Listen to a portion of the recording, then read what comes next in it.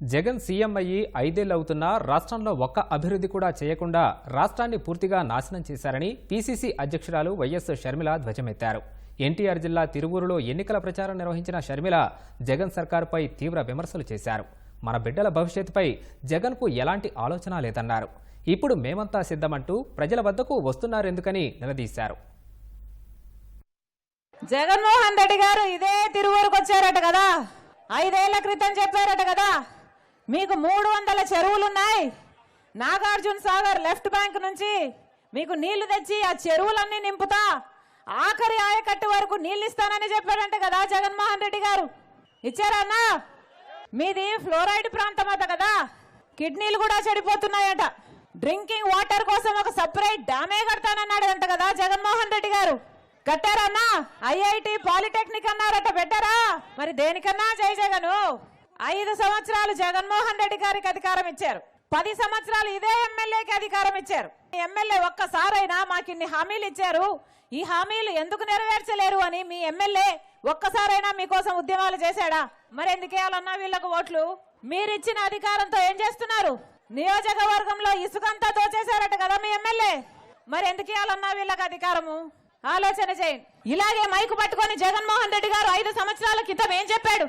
సంక్రాంతి వచ్చినప్పుడల్లా job calendar వస్తుందన్నాడు కదా జగన్మోహన్ రెడ్డి గారు. కోడి పందాలు జరిగాయి కానీ జాబ్ క్యాలెండర్ అయితే రాలేదు. 23,000 ఉద్యోగాలు ఈ రోజుకి ఖాళీగా ఉన్నాయి. 5 సంవత్సరాలు అయింది. మెగా డిఎస్సీ వేస్తానన్న జగన్మోహన్ రెడ్డి గారు వేయలేదు, ఒక దగా డిఎస్సీ ఇచ్చారు ఎలక్షన్లు ఉన్నాయనంగా.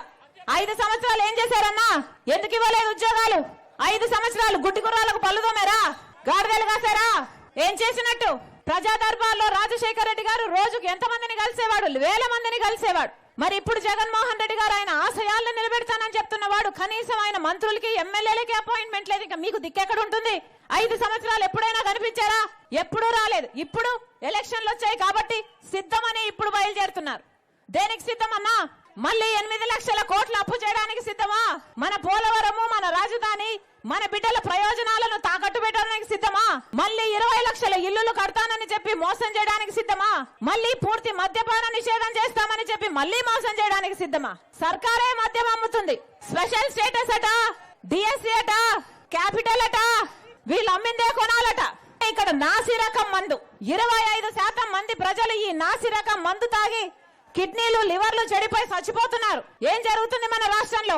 మీరు అధికారం ఇస్తే ఎవరు అనుభవిస్తున్నారు? మీకేమైనా మేలు జరిగిందా? అమ్మఒడి అని చెప్పి 2 బిడ్డలకి ఇస్తానని చెప్పాడు కదా జగన్మోహన్ రెడ్డి గారు. 15,000 ఒక బిడ్డకి ఇస్తే మరి ఇంకో బిడ్డను ఏం చేయాలి? జగన్మోహన్ రెడ్డి గారికి దత్తకిచ్చేయండి. మరి జగన్మోహన్ రెడ్డి గారు ముఖ్యమంత్రి అయ్యాక 5 సంవత్సరాలు అయిందే, ఒక్క నిజమైన ఉద్యమమైనా చేశాడా జగన్మోహన్ రెడ్డి గారు ప్రత్యేక హోదా కోసం? ఏమైంది? రాజధాని ఉందానా? జగన్మోహన్ రెడ్డి గారు ముఖ్యమంత్రి అయ్యారు, ఈయనకు 1 సరిపోలేదు, 3 కావాలన్నాడు. 3 ఒకటైనా అయిందా? 1 కాలేదు. వీళ్ళకి అధికారం ఇస్తే ఏం చేశారు? చేతిలో చిప్పిచ్చారు. అందుకే చెప్తున్నా, ఓటు అన్నది మీ చేతిలో ఉన్న ఆయుధం. 3,000 కోట్లతో ఒక ధర స్థిరీకరణ నిధి ఏర్పాటు చేస్తాను, రైతన్న వాడు నష్టానికి అమ్ముకునే అవసరమే ఉండదు అన్నారే.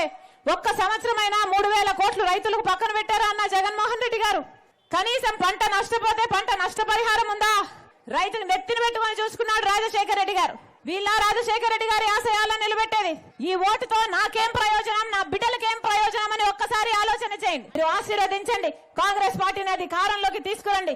రాజశేఖర రెడ్డి బిడ్డ మళ్ళీ ఆ రాజశేఖర రెడ్డి గారి సంక్షేమ పాలన మీ ఇంటి గడప వరకు తీసుకొస్తుంది అని రాజశేఖర రెడ్డి బిడ్డ మీకు మాటిస్తుంది.